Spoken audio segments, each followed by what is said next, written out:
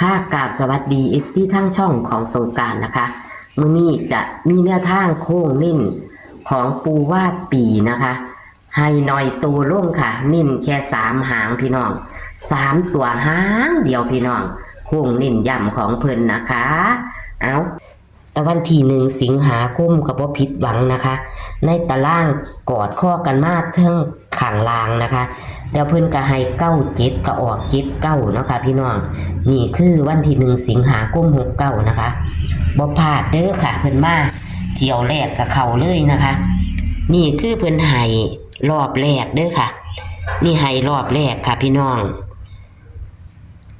นี่คือรอบแรกเพิ่นให้รอบแรกเพิ่นให้ไปแล้วนะคะบานนี้จะเป็นโค้งนิ่นย่ำนะคะเลข3 ตัวหางเดียวพี่น้องจะเป็นตัวใดนั้นเฮามาไปรับชมรับฟังเสียงสัมภาษณ์กับปูว่าปีได้เลยค่ะค่ะกราบนมัสการกับปูจะตุเจริญพรเอาเลขรัฐบาลได้เลขที่โตคงสุดท้ายได้ย่อมแม่เนี่ยให้3 คู่ครับ3 ตัวหางเดียวค่ะอ๋อเป็นเลขคำนวณคือเก่าเป็นบ่ปูแต่ว่าหังนิ่นเป็นบ่แมนเป็นโค้งสุดท้ายแล้วค่ะแต่เกิดนี่ก็เขาตรงๆอยู่เนาะค่ะเขาอยู่ปูเขาตรงๆเลย3 หางหมดมุ่งเน้นตัวเน้นโค้งนิ่นเนาะมื้อนี้เนาะแมนโค้งสุดท้ายค่ะเขียนจังหน่อยก่อนปูเขียนเลยโยมแม่เอาได้เลยค่ะบัดนี้เพราะว่ามื้ออื่นมันสิยุ่งสิยากโคตรเลยว่ามันก็หาหยิบจับลอตเตอรี่ก็บ่ทันแม่นบ่ล่ะหาเจ้าซื้อลอตเตอรี่แม่นค่ะค่ะมีแค่เน้นแค่3 หางว่าติปูแมน3 หางแต่ว่าให้ไปเที่ยว6 หางก็แต่ว่าข้างเน้นให้3 คู่แล้วก็แมนแต่ที่มันสิเรียกเอาเนาะมีตัววิ่งตัวหยังบ่นี่ปูหรือจังได๋ตัววิ่งบ่มีก็บ่เป็นหยังถามเบิ่งซื่อๆปูตัววิ่งมื้อนี้ปูบ่ได้เฮ็ดแต่ว่าเพิ่นมักตัวใดเพิ่นจัดเอาเลยในใจค่ะคือถามเบิ่งซื่อๆสิได้ลงถูกจังสิแม่สิค่ะอ๋อค่ะคันเลขวิ่งเลขวิ่งก็บ่มี2เลยโยมแม่เด้อวิ่ง2แม่นเอาอยู่แม่นบ่ปูถามเอาเพิ่นวิ่ง2โลดวิ่ง2ตัวเดียวแม่นบนล่างบ่ปูแม่นบนล่างโยมแม่ค่ะบนล่างจับคู่เลยจับคู่เลยก็ได้ปูคงเน้นนี่เอาเลขเขียนด้วยเลขที่โตเด้อเลขที่โตเลขวินบ่ปูแมนเลขที่โตเลขวินน่ะโยมแม่ตัววินกี่ตัวว่าสิค่ะ2 9 8 5ได้โยมแม่เด้อ2 9 8 5ค่ะเอาเลข3 ตัวหางเดียวเน้นๆก็คือ9 8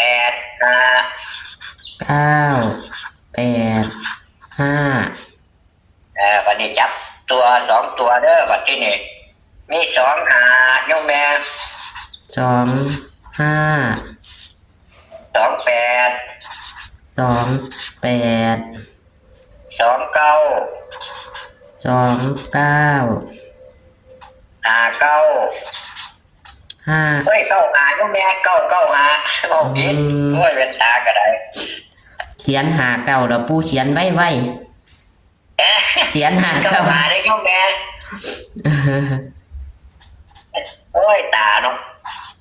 95ค่ะแล้วก็98แล้วก็85โยมแม่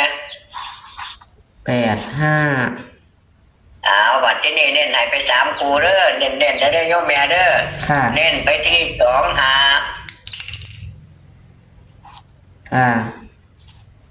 เน้นไปที่2 9 ค่ะ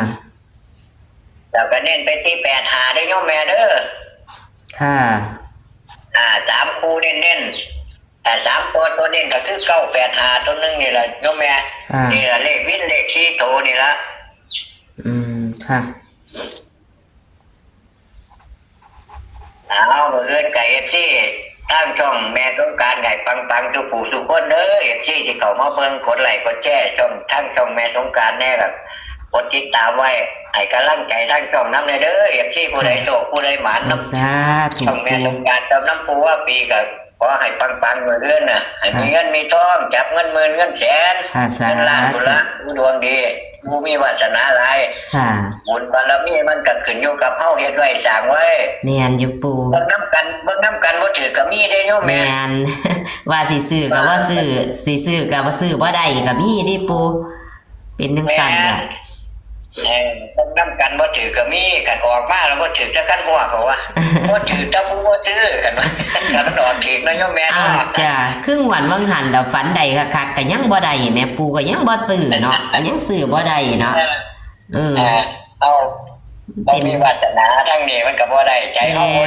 จองดึงไปมันก็บ่ได้เนาะโยมแม่เนาะค่ะแม่นอีหลีล่ะ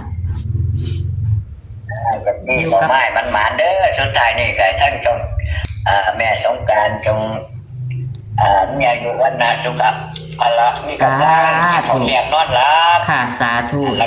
ปู่เป็นลมโพลมไส้เป็นให้เป็นแนวทางให้ยักษ์ชี้ทั้งช่องไปโดนๆยาวๆค่ะสาธุปู่ค่ะสาธุให้นอนหลับฝันดีฝันได้เงินได้ทองมื้อคืนนี่ก็สิปังๆอยู่ดอกโยมแม่ขอให้ได้ปังขอให้ได้ไปทำบุญน้ำปูน้ำแน่เถิดสาธุปู่ค่ะสาธุค่ะขอเจริญพรขอกราบนมัสการค่ะสาธุเจริญพรค่ะโค้งเน้นย่ำปูเนาะค่ะพี่น้องโค้งเน้นย่ำปูมาแล้วพี่น้องโค้งเน้นย่ำปูว่าปี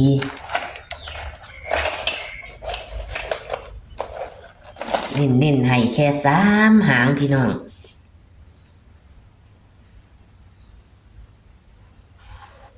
ให้มา6 หางแต่ว่าเน้น3 หาง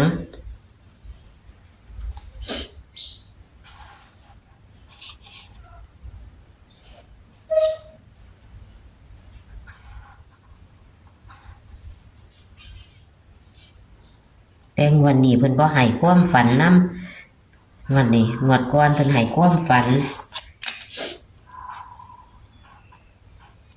บนล่างตัววิน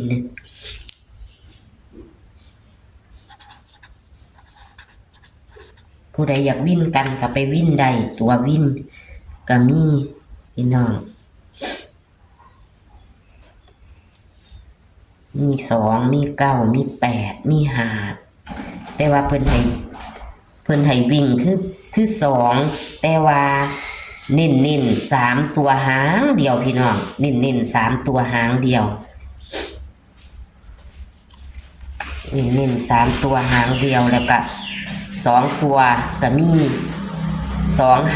28 29 95 98 85ส่วน59นี่เพิ่นบอกผิดที่แรกแอดก็เลยได้เขียนก็เลยได้ขาเด้อพี่น้อง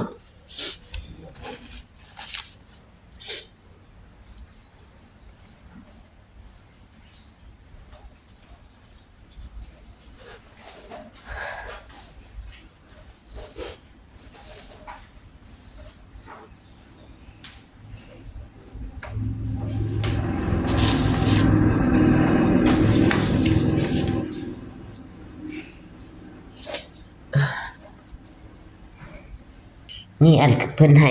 ตองงวดเด้อค่ะ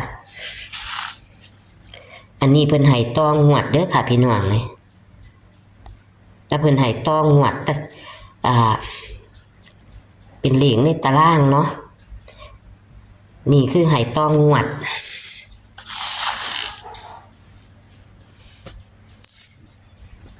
นี่คือโค้งเน้นเด้อพี่น้องโค้งเน้น โค้งเน้นของปูว่าปีนะคะ เน้นให้2 ตัว 3 หางค่ะพี่น้องเปิ้นให้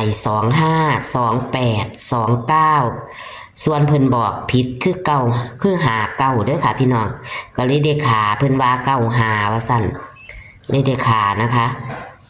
95 98 85เพิ่นให้6 ตัวแต่ว่าเพิ่นเน้นแค่3 ตัวเพิ่นเน้นตัวใดออกตัวนั้นอยู่เด้อค่ะจังเลขเล่าเพิ่นขึ้นกับเข่านะคะตำเล่าของเพิ่นกับเข่าเลข3 ตัวหางเดียวพี่น้อง3 ตัวหางเดียว985บนล่างเด้อพี่น้องเอ้ยตัววิ่งก็คือ2นะคะตัววิ่นก็2985เด้อค่ะ